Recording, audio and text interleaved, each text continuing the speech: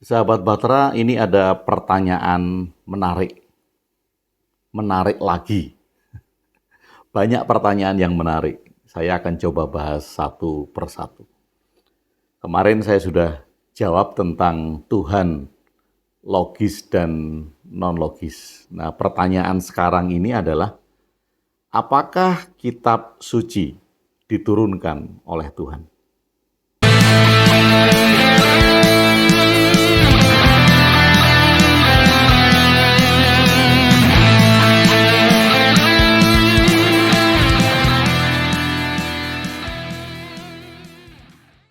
Menarik kan? Saya ulangi lagi. Apakah kitab suci diturunkan oleh Tuhan? Sahabat Bahtera, memang bagi kebanyakan orang, umumnya, menganggap bahwa kitab suci itu adalah diturunkan oleh Tuhan. Atau bahkan disebut bahwa kitab suci sebagai firman Tuhan. Nah, pertanyaannya tadi adalah, apakah kitab suci itu diturunkan oleh Tuhan? Nah, otomatis kan, kalau apakah kitab suci itu diturunkan oleh Tuhan, maka pertanyaannya akan menjadi luas. Apakah kitab suci itu firman Tuhan? Apakah kitab suci itu diberikan oleh Tuhan langsung? Apakah kitab suci itu isinya kata-kata Tuhan? Kan demikian ya. Jadi bisa menjadi luas. Oke, ini yang pertama. Yang pertama, bagi Anda yang mendefinisikan Tuhan itu bukan personal, bukan individu, bukan objek, bukan wujud, maka video ini nggak usah dilanjutin, karena kita akan habis sampai di sini. Maksud saya begini, bila Anda menganggap bahwa Tuhan itu bukan wujud, Tuhan itu bukan person, bukan personifikasi, bukan objek, maka Tuhan tidak bisa menurunkan apapun. Karena dia bukan person, karena dia bukan wujud, karena dia bukan objek. Nah, orang-orang yang memahami Tuhan sebagai demikian, maka Tuhan bisa dipahami sebagai kesadaran tertinggi. Tuhan sebagai kesadaran tertinggi. Nah, jadi bila disebut bahwa kitab suci diturunkan oleh Tuhan, maka jawabannya akan jelas kan, kitab suci diturunkan oleh kesadaran tertinggi. Atau kalau disebut kitab suci sebagai firman Tuhan, maka kitab suci itu adalah firman kesadaran tertinggi. Kitab suci itu diberikan oleh Tuhan, maka kitab suci itu diberikan oleh kesadaran tertinggi. Kesadaran tertinggi siapa? Kesadaran tertinggi bagi individu yang melahirkan kitab suci itu. Jadi kalau pemahamannya itu finish ya, habis sampai di sini. Karena tidak ada yang perlu kita bahas lebih lanjut. Kalau Tuhan itu adalah kesadaran tertinggi, jadi sekali lagi kalau Anda memahami Tuhan sebagai kesadaran tertinggi yang ada di setiap diri manusia, kesadaran tertinggi ya, yang ada di setiap diri manusia, dia bukan wujud, dia bukan objek, dia bukan personifikasi, dia bukan person, maka kalau ditanya, apakah kitab suci itu diturunkan oleh Tuhan? Maka jelas kitab suci diturunkan oleh kesadaran tertinggi. Kesadaran tertinggi manusia yang melahirkan kitab suci itu. Jadi kalau dalam diri setiap kita ini ada kesadaran yang tinggi atau kesadaran yang tertinggi istilahnya, maka kesadaran tertinggi itulah yang kemudian melahirkan bentuk-bentuk prosa, bentuk-bentuk apa yang dikenal sebagai firman yang kemudian dituliskan dalam kitab suci. Nah, yang akan saya bahas berkaitan dengan pertanyaan itu adalah Tuhan sebagai person, sebagai wujud, sebagai objek. Apakah kitab suci itu diturunkan oleh Tuhan? Nah, ini kalau kita menganggap Tuhan sebagai objek, maka akan sangat sulit sekali bahwa sang objek ini bisa menurunkan sebuah kalimat dalam bentuk prosa, atau dalam bentuk puisi, atau dalam bentuk sastra. Jadi kita bisa bertanya kepada diri kita sendiri, apakah kalau Tuhan itu sebagai wujud, sebagai objek, sebagai personifikasi, yang entah dia ada di mana, yang nggak kelihatan oleh kita, yang duduk entah ada di mana, yang nggak kelihatan oleh kita, maka ketika apa yang ada di kitab suci yang sering kita baca, maka kita akan mendengar awalnya ya. Manusia yang melahirkan kitab suci itu, kalau dianggap Tuhan sebagai personifikasi tadi, sebagai wujud, maka dia akan mendengar persis seperti apa yang tertulis dalam kitab suci. Misalnya, di kitab suci itu ada tulisan, "Wahai manusia, tidak ingatkah kau bahwa aku adalah Tuhanmu?" Nah, kalau Tuhan ini dipahami sebagai person, sebagai wujud, sebagai objek, maka kita akan berpikir bahwa kata-kata itulah yang persis diucapkan oleh Tuhan. "Wahai umat manusia, tidakkah kau lupa bahwa aku adalah Tuhanmu?" misalnya. Maka kata-kata itu persis yang didengar oleh manusia yang mendengarnya, kemudian dituliskan ke dalam bentuk kitab suci. Kalau Tuhan dipahami sebagai itu, Tuhan dipahami sebagai person, sebagai wujud, sebagai zat, sebagai entitas yang kemudian bisa bicara kepada orang-orang tertentu. Nah, Tuhan yang bicara kepada orang-orang tertentu ini, maka tentulah dia adalah Tuhan wujud, Tuhan person, Tuhan objek, Tuhan zat. Kemudian orang-orang yang spesial, yang bisa mendengarkan sabda Tuhan atau firman Tuhan, kemudian dia menuangkan persis seperti apa yang didengarkan. Nah, bagaimana menurut Anda? Apakah Tuhan seperti itu? Apakah ketika kita membaca kitab suci itu semuanya runut, detail, yang merupakan kata-kata dari Tuhan? Sekali lagi ya, kalau Anda memahami Tuhan sebagai kesadaran tertinggi, kita nggak akan bahas sampai di sini. Sampai di depan tadi finish.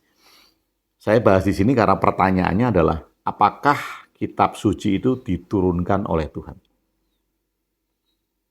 Nah, sekali lagi, kalau Tuhan itu yang dipahami sebagai person, sebagai objek, sebagai zat, sebagai wujud, sebagai entitas, maka bisa saja manusia meyakini bahwa Tuhan itu bersabda, Tuhan itu berfirman, dan firman-Nya itu persis seperti kalimat-kalimat yang dituangkan di dalam kitab suci. Kalau kalimat-kalimatnya adalah persis seperti yang dituangkan di dalam kitab suci, maka asumsinya adalah mereka-mereka yang menerima firman Tuhan ini mendengar detail, dan apa yang didengar itu dituangkan menjadi tulisan di kitab suci. Apakah demikian? Atau ada alternatif lain? Alternatif lain itu adalah mungkin saja misalnya saya sedang berdiam diri, saya sedang menekung, saya sedang samadhi, saya sedang meditasi, saya sedang tafakur, atau apapun sebutannya. Kemudian saya memahami sesuatu dengan sangat. Tiba-tiba saya memahami kehidupan. Tiba-tiba saya memahami sebuah masalah. Di mana masyarakat itu nggak memahami masalah itu. Dan kemudian tiba-tiba saya memahami itu. Lalu saya menuliskan. Menuliskan apa yang saya pahami. Saya menuliskan apa yang saya pahami bisa dalam bentuk prosa, dalam bentuk puisi, dalam bentuk rangkaian sastra. Gitu. Nah, apakah itu bisa disebut sebagai kitab suci? Atau kriteria kitab suci itu bagaimana sih?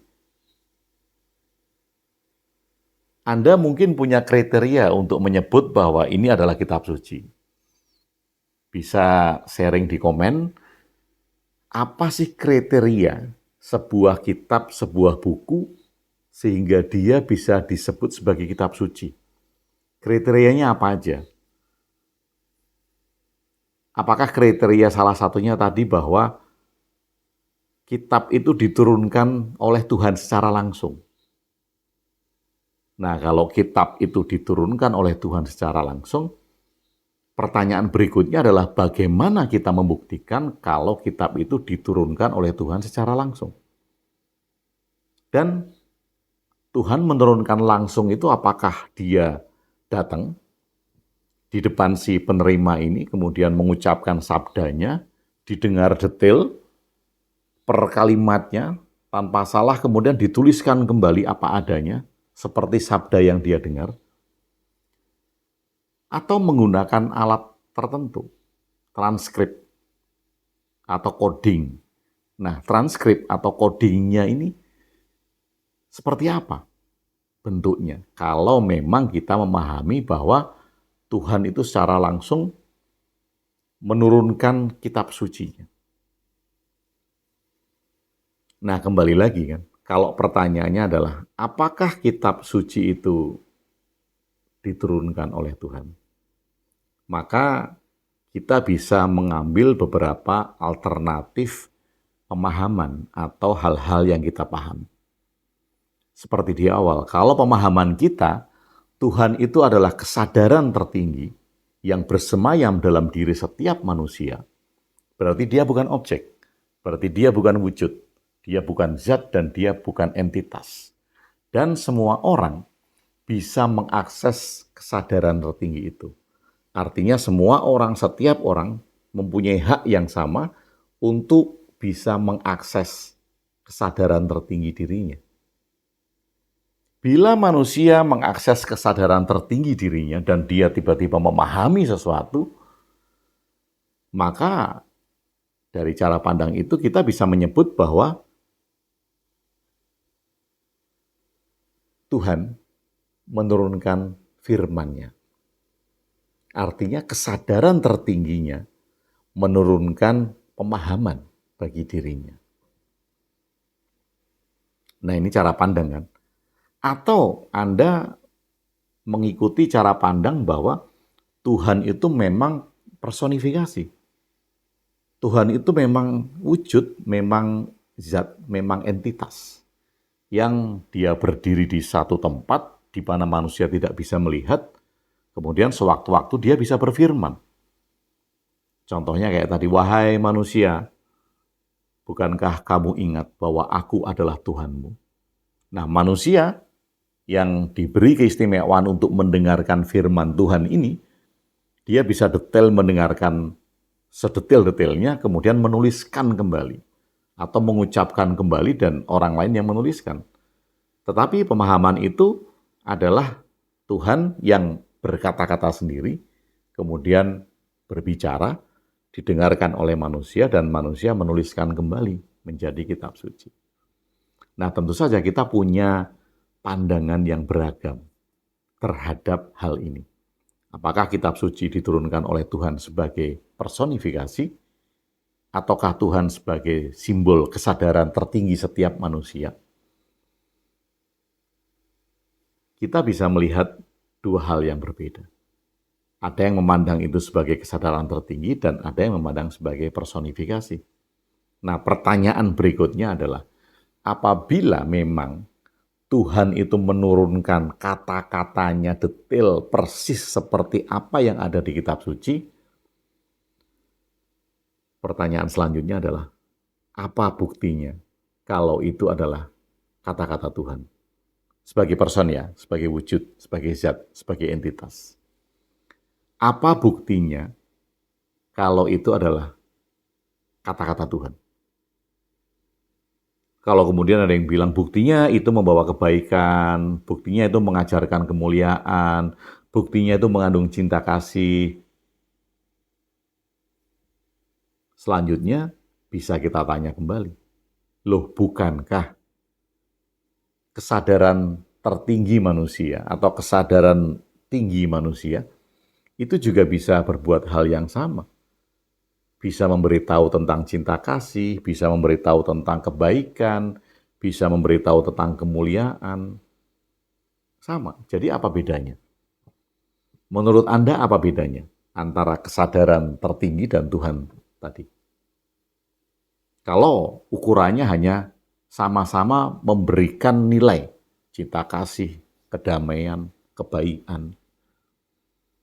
Sekali lagi, kesadaran tertinggi atau budi pekerti, bahasa lainnya ya, budi pekerti adalah hal yang sama. Bisa menurunkan ajaran-ajaran moral, kebaikan. Nah, pertanyaan tadi, apakah kitab suci itu diturunkan oleh Tuhan? Maka pertanyaan selanjutnya, bagaimana kita membuktikan bahwa kata-kata di dalam kitab suci itu adalah kata-kata Tuhan? Apa buktinya kalau kemudian Tuhan yang turun sendiri, kemudian memberitakan tentang kalimat-kalimat Tuhan yang ada di dalam kitab suci? Dan pertanyaan terakhir, atau jangan-jangan kitab suci ini adalah reinterpretasi manusia tentang kehidupan. Ketika saya memahami bahwa ada kehidupan yang rusak, ada kehidupan yang tidak benar, ada kehidupan yang perlu saya perbaiki, dan di situ kemudian saya merenung dalam-dalam bagaimana saya bisa memperbaiki masyarakat saya, bagaimana saya bisa memperbaiki kehidupan saya. Dan tiba-tiba saya mendapat pemahaman yang dalam tentang itu. Kemudian saya tuangkan di dalam prosa-prosa. Kalau demikian, bukankah itu adalah kata-kata Tuhan? Bukankah ketika kita mengakses sebuah pengetahuan yang terdalam, yang mengandung unsur cinta kasih universal, budi pekerti mulia, kedamaian, kebermanfaatan, dan kemajuan. Bukankah itu yang kita sebut sebagai kata-kata Tuhan?